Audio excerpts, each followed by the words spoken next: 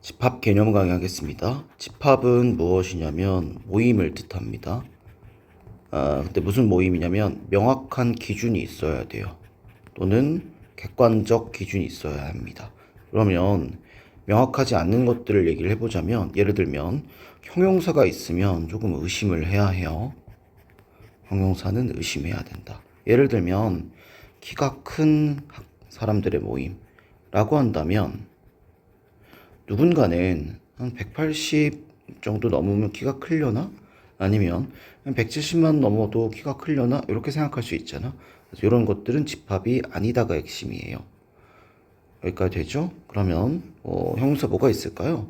큰, 작은, 가까운, 예쁜, 멋진 이런 것들은 아니겠지만 예외가 있는데 뭐가 있냐면 최상급은 괜찮아요. 예를 들면 가장 키가 큰 모임 이래버리면 이게 유일하죠. 하나밖에 없을 거 아니에요. 한 명밖에. 무슨 말인지 알겠어? 우리나라에서 키가 가장 큰 사람의 모임이라 버리면 한 명이 되겠죠. 또는 가장 작은 자연수의 모임 이라고 하면 여러분들 가장 작은 건 1 이렇게 있을 거 아니야. 따라서 이런 것들이 뭐가 되겠다? 집합이 되겠다 이런 얘기입니다. 그러면 이제 명확한 기준을 얘기해보자. 12하의 짝수들의 모임 이래버렸어. 또는 집합 이랬어요. 그럼 뭐뭐 있죠 여러분들? 2, 4, 6, 8, 10 이렇게 존재할 테고요. 집합은 어떻게 푸냐면 대문자 알파벳으로 표현하거나 또는 중괄호로 표현합니다. 저는 얘를 파란색 이 중괄호를 뭐라 부르냐면 겉껍데기 이렇게 부를 거예요. 이해하죠? 그런 다음에 이 안에들 뭐라 부르냐면 원소라고 부릅니다. 각각들을. 원소가 영어로 엘레멘트이기 때문에 이 엘레멘트의 맨 앞 글자 이자를 살짝 구부려서 이렇게 쓰고요. 얘를 뭐라 부르냐면 원소의 포함기호 이렇게 부릅니다. 뭐라고요? 원소의 포함기호. 그럼 이 오른쪽은 무엇이 되어야 하냐면 집합이 되어야 하고요. 왼쪽은 원소가 되어야겠다는 얘기야. 근데 이 원소는 뭐냐면 이 집합이라는 대문자 알파벳이거나 아니면 겉껍데기가 있는 집합 기호에서 요 안에 있는 그림이다라는 얘기예요. 예를 들면 무슨 말이냐면 집합 A가 뭐 별, 하트 뭐 이렇게 있다고 치시면 별이라는 그림은 A에 존재하겠죠. 하트라는 그림도 A에 존재하겠고 하지만 네모라는 그림은 A에 존재하지 않을 테니까 이렇게 쓰겠다라는 얘기예요. 얘는 포함한다. 얘는 포함한다. 얘는 포함하지 않는다. 이렇게 얘기를 하곤 합니다. 여기까지 이해하시죠? 따라서 오케이. 그다음에 집합의 표현 기호는 어떻게 쓰냐면요. 총 3가지가 있는데 첫 번째 원소 나열법 이렇게 불러요. 무슨 말이냐면 예를 들면 5 이하의 소수 이래 버릴게요. 그러면 A는 2, 3, 5 이렇게 쓸 수 있겠다. 소수란 1과 자기 자신만을 약수로 가진 수를 얘기합니다. 약수란 어떤 5를 예를 들어서 1 곱하기 5라고 얘기할 수 있으니까 이 1과 5를 약수라고 불러요. 따라서 곱골로 잘랐을 때 각각의 숫자를 약수라고 부릅니다. 이해하시죠? 따라서 원소날법은 뭐냐면 한 가지예요. 딱. 그럼 5 이하의 소수는 2, 3, 5밖에 없을 거 아니에요. 이렇게 표현할 수밖에 없겠다. 그럼 두 번째는 뭐냐면 조건 제시법입니다. 어떻게 쓰냐면 중괄호를 또 마찬가지 쓰고요. 막대기를 기준으로 왼쪽이 원소에 대한 얘기고요. 오른쪽은 설명이에요. 따라서 원소를 보통 x라고 쓰는데 뭐 x가 아닐 수도 있어요. a일 수도 b일 수도 a 더하기 b일 수도 x 곱하기 y일 수도 뭐 다양하게 존재하겠다라는 얘기입니다. 따라서 이 설명은 이 원소에 대한 설명인데 x는 뭐 5 이하의 소수 이렇게 쓸 수 있겠죠. 괜찮니? 또는 근데 뭐 이렇게 들 수 있을 것 같은데 x는 1과 5 사이에 있는 소수 이렇게 쓸 수도 있을 것 같다라는 얘기 같아. 따라서 조건지법은 한 가지가 아니라 여러 가지가 핵심입니다. 여러 가지로 표현할 수 있겠다라는 얘기입니다. 다음에 세 번째 벤 다이어그램이고요. 요거는 뭐냐면 그림이에요. 어떤 그림이냐면 집합 A를 뭐 동그라미 이렇게 쓰시고 2, 3, 5 이렇게 쓰시는 게 포인트고요. 우리 두 번째 단원인 집합의 연산에서 이제 그림을 많이 보니까 이것도 잘 기억하시는 게 좋을 것 같습니다. 그 다음에 원소나열법에 대한 얘기 잠깐 더 해보자면 첫 번째 뭐 제가 지금 여기 5이하의 소수를 2, 3, 5라고 썼지만 뭐 5, 3, 2라고 써도 상관은 없겠습니다. 순서가 중요하지 않아요. 순서는 중요하지 않습니다. 두 번째는 뭐냐면 중복은 안 돼요. 예를 들면 A가 1, 1 집합에서는 이렇게 쓰지 않고 그냥 딱 1만 씁니다. 중복은 허용되지 않습니다. 세 번째는 뭐냐면 너무 많아. 원소가 너무 많거나 아니면 규칙이 있어. 많고 원소가 많고 규칙이 보여. 예를 들면 A가 1, 2, 3, 4예요. 예를 들어 100 이하의 자연수야. 그러면 100개를 다 쓸 수는 없잖아요. 그래서 중간에 점점점 이렇게 쓰시고 100 이렇게 쓰시겠다라는 얘기입니다. 여기까지 이해하시죠? 그다음에 원소 개수에 대한 얘기입니다. 뭐 해볼까요, 여러분들? 8 이하의 홀수 이렇게 해보자, 얘들아. A를 x 바 x. 그러면 A는 몇 개? 1, 3, 5, 7 원소가 4개 생기죠. 따라서 이 4개를 어떻게 표현하냐면 이렇게 씁니다. n은 넘버란 뜻이에요. 따라서 원소의 숫자를 얘기합니다. 이거 4개 이렇게 쓸 수 있겠다. 근데 아까 얘기했지만 우리 집합을 대문자 알파벳으로 쓸 수 있겠지만 중괄호로 이렇게 표현할 수 있거든요. 1, 2, 3, 4. 이것도 몇 개다? 4개다 이렇게 쓸 수 있겠다는 얘기 같아요. 그러니까 괜찮죠? 이렇게 원소의 개수를 어떤 숫자로 얘기할 수 있는 것을 뭐라 부르냐면 유한집합 이렇게 부릅니다.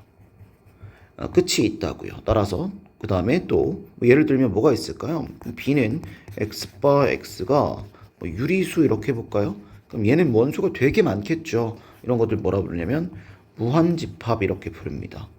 여기까지 이해하시죠? 그 다음에 또 뭐가 있을까? C는 x 바 x는 2 미만의 짝수 이렇게 해볼까요?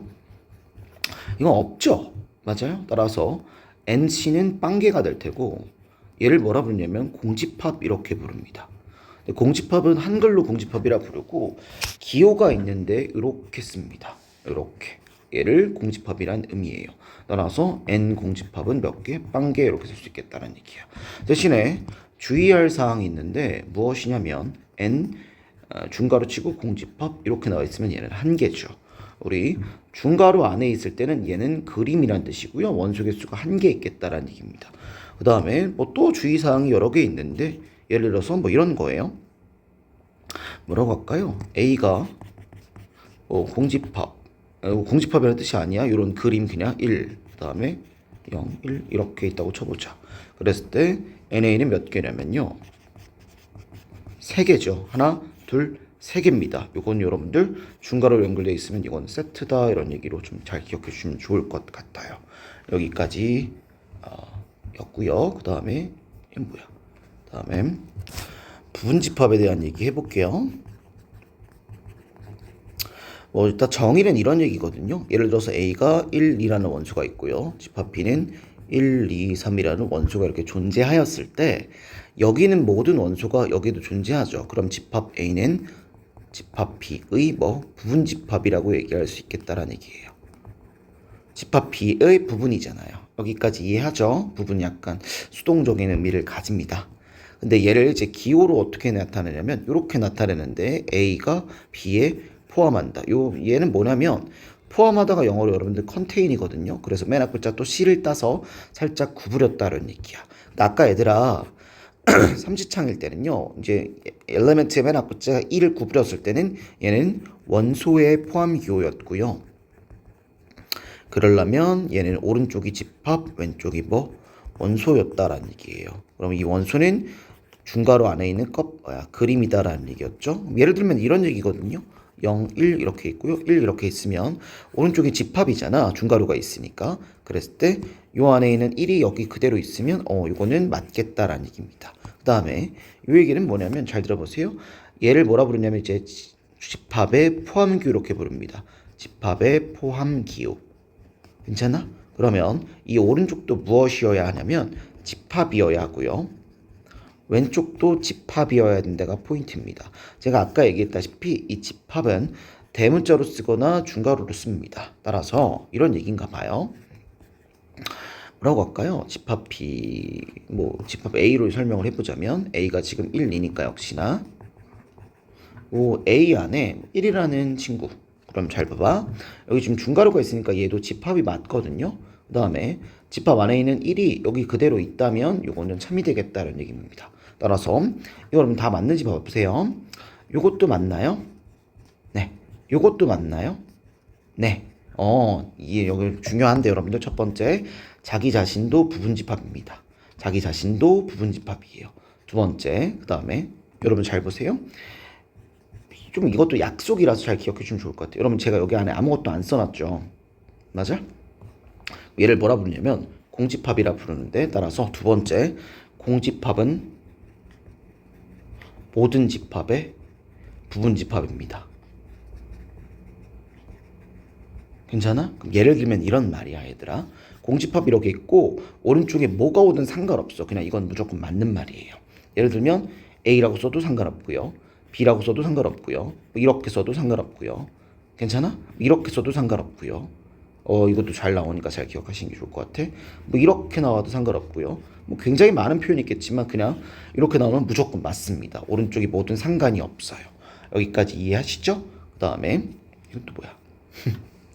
집합 A와 A가 뭐 예를 들어서 1, 2, 3 이렇게 나오고요. 집합 B가 1, 2, 3 이렇게 나온다면 A와 B는 어때? 똑같죠. 따라서 여기는 모든 원소와 여기는 모든 원소가 같으면 이렇게 표현합니다. 따라서 얘를 서로 같은 집합 이렇게 얘기합니다. 서로 같은 집합 이런 식으로요. 여기까지 됐죠. 그런데 아까 얘기했지만 이거를 여러분들한테는 이런 표현보다는 이런 표현이 더 자주 나옵니다. A가 B에 포함하고 우리 자기 자신도 부분집합이라 그랬으니까요. 여기까지 괜찮아? B도 A에 포함한다. 여러분들한텐 이 왼쪽 줄보단 오른쪽 표현이 훨씬 많이 나오니까 얘는 같다는 뜻이었구나. 그러려면 원소의 구성 요소가 다 똑같아야겠구나 이런 얘기예요. 예를 들면 이런 말이에요. 집합 A가 1A고요. 집합 B가 2B입니다. 그랬을 때 A가 B에 포함하고 그리고 B도 A에 포함한다라는 얘기. 따라서 그때 A, B를 구하자라는 얘기인가 봐. 그럼 A는 얼마일까요, 여러분들? 얘는 무슨 말이야? A랑 B랑 같다라는 얘기고요. 여기는 모든 원소가 여기에도 똑같이 존재하겠다라는 얘기지. 그 말은 A가 얼마였다? 2였다라는 얘기 같고요. B는 얼마? 1이었다라는 얘기 같습니다. 여기까지 이해하시죠? 이렇게. 이런 느낌처럼 얘기할 수 있겠어요. 그 다음에 들어볼게요, 이제. 부분집합의 개수에 대한 얘기입니다. 잘 보세요. 집합 A가 예를 들어서 1, 2라고 한다면 공집합 그 다음에 원소 개수가 1개짜리 원소 1개짜리 원소 개수 1개짜리 원소 개수 2개짜리 여긴 2, 그 다음에 2개짜리는 1, 2 이렇게 존재하겠죠?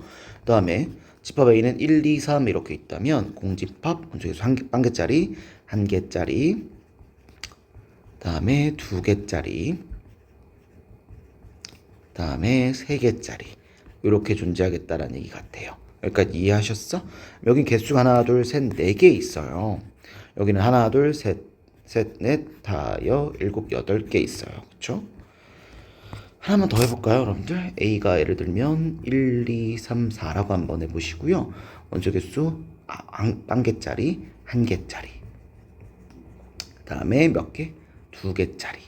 1, 2, 1, 3, 1, 4, 2, 3, 2, 4, 3, 4, 그 다음에 3개짜리 1, 2, 3, 1, 2, 4, 1, 3, 4, 2, 3, 4 마지막으로 원소가 4개짜리 1, 2, 3, 4 좀 귀찮았죠?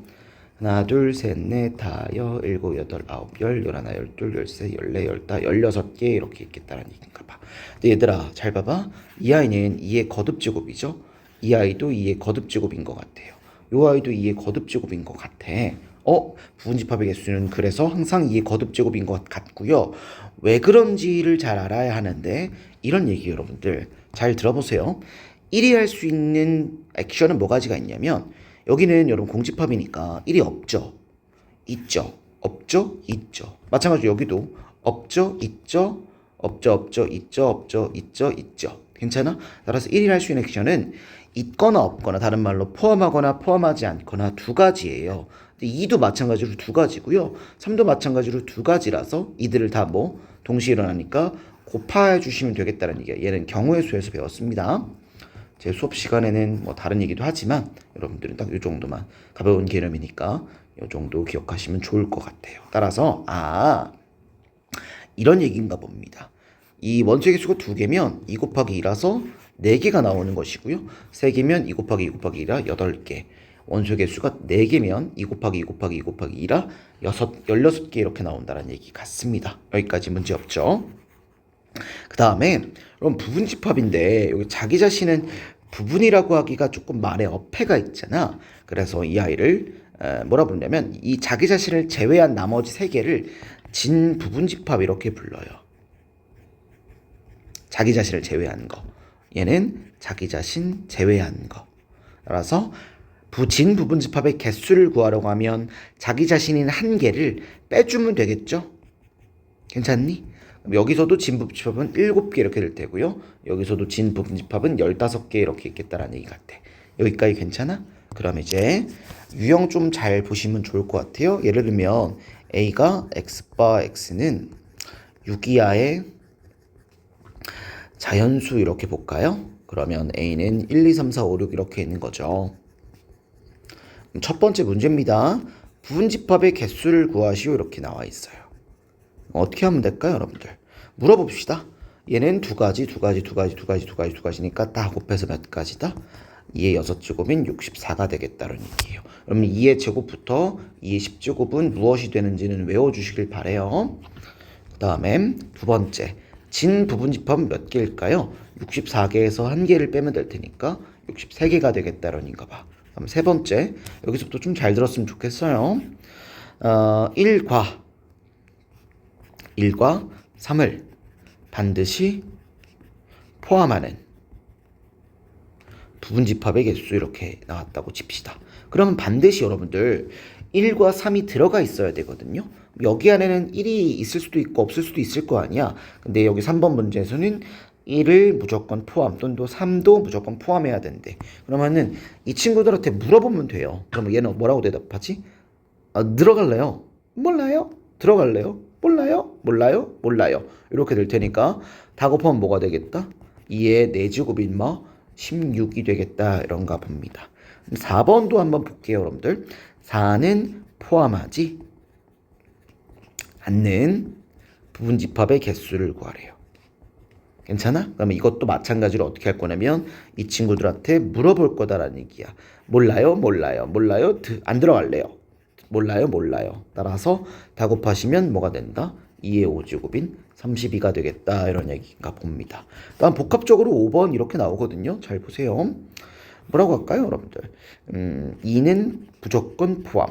그 다음에 6은 불포함. 포함하지 않는다. 이렇게 하는 부분집합의 개수를 구하라고 합니다. 그럼 어떻게 하면 될까, 얘들아? 마찬가지로 물어보시면 돼요. 몰라요? 들어갈래요? 몰라요? 몰라요? 몰라요? 안 들어갈래요. 여기까지 되시죠? 따라서 다 곱하면 몇 가지? 16개다라는 얘기인가 봅니다. 여기까지가 첫 번째 집합에 대한 개념 끝이에요. 이 정도는 기억해 주시는 게 좋을 것 같습니다.